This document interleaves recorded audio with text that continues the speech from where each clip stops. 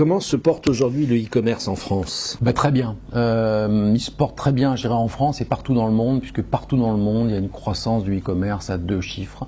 En France, les derniers chiffres connus, c'est l'année 2012, où la croissance a été 19%, qui succédait à 21% l'année d'avant. Donc il y a vraiment une vague derrière le e-commerce très forte.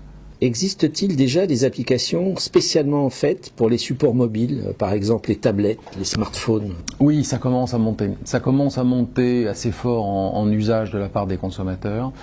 Certains sites qui ont une bonne raison pour laquelle les consommateurs doivent utiliser une tablette ou un smartphone, les sites qui donnent rendez-vous à heure fixe, par exemple, à leurs clients, comme vente privée, les sites où il y a des enchères à suivre en temps réel, comme eBay, ou les sites où on veut acheter un produit de toute façon, comme Voyage SNCF, ont déjà une part très importante de leurs achats qui sont faits à partir du mobile.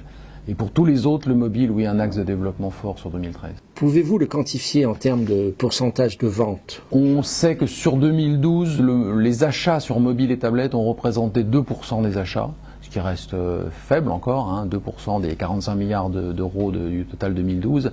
Mais tout ce qu'on voit des États-Unis, de la Grande-Bretagne, et je ne parle pas de l'Asie qui est encore beaucoup plus en avance, montre que ce chiffre va encore augmenter très fort. Le e-commerce, et c'est quelque chose qui vous est souvent reproché, est-il en train de transformer la société et d'entraîner la disparition de certains commerces réels ? Alors je crois, oui, qu'Internet révolutionne vraiment la société, dont le commerce, c'est évident.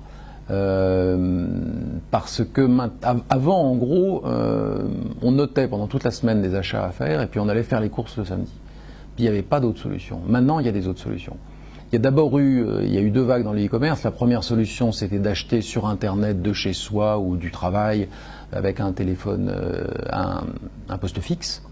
Et puis maintenant, avec le mobile, on peut à chaque instant faire un achat. C'est-à-dire qu'on entend parler d'un livre dans une émission de radio, on peut, avec son smartphone, en 3 coups de pouce, commander le livre et il sera le lendemain matin dans la boîte aux lettres. Donc c'est une véritable révolution, effectivement.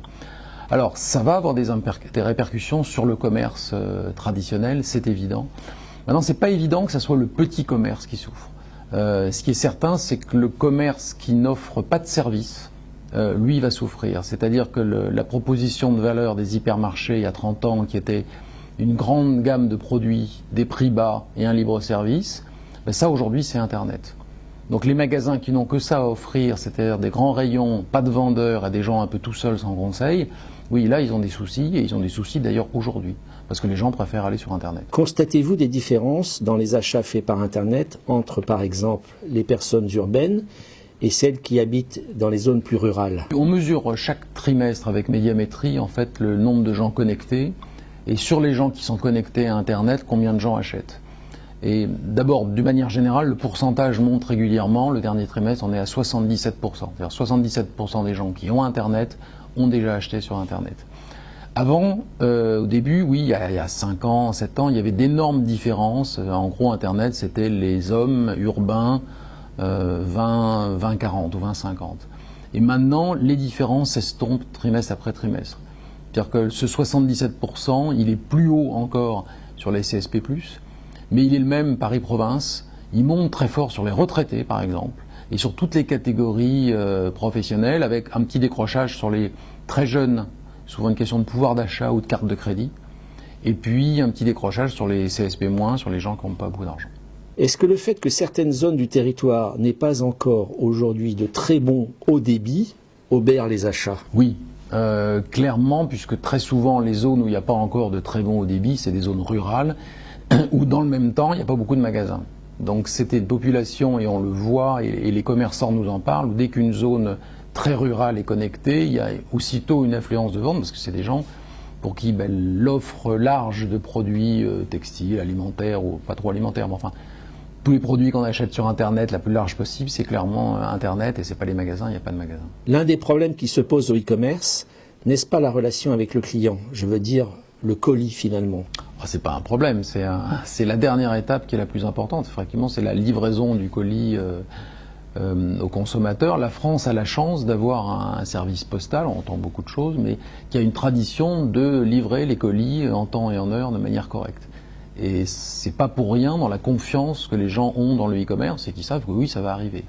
C'est pas le cas partout, Les pays d'Europe du Sud sont un peu à la traîne en e-commerce parce qu'il y a un historique mauvais des postes locales qui fait que les gens spontanément n'ont pas confiance dans l'idée d'aller payer un colis qu'on va recevoir peut-être plus tard. À tel point que les sites internet qui s'implantent en Italie, comme Amazon, sont obligés d'avoir une option qui est énorme de cash on delivery, c'est-à-dire on ne paye que quand on reçoit le colis. Ce qui n'est pas du tout le cas en France. Donc en France, on a de ce point de vue-là un service postal qui dans l'ensemble, et un service de livraison au colis, puisqu'il y a la concurrence, qui dans l'ensemble fonctionne bien. La FEVAD a-t-elle des revendications en termes de régulation par rapport au pouvoir public? L'intérêt de la FEVAD, c'est que le plus de gens possible aient accès à Internet. Et je dirais que pour l'instant, nous, notre priorité, comme on a dit il y a quelques minutes, c'est plus le haut débit que le très haut débit.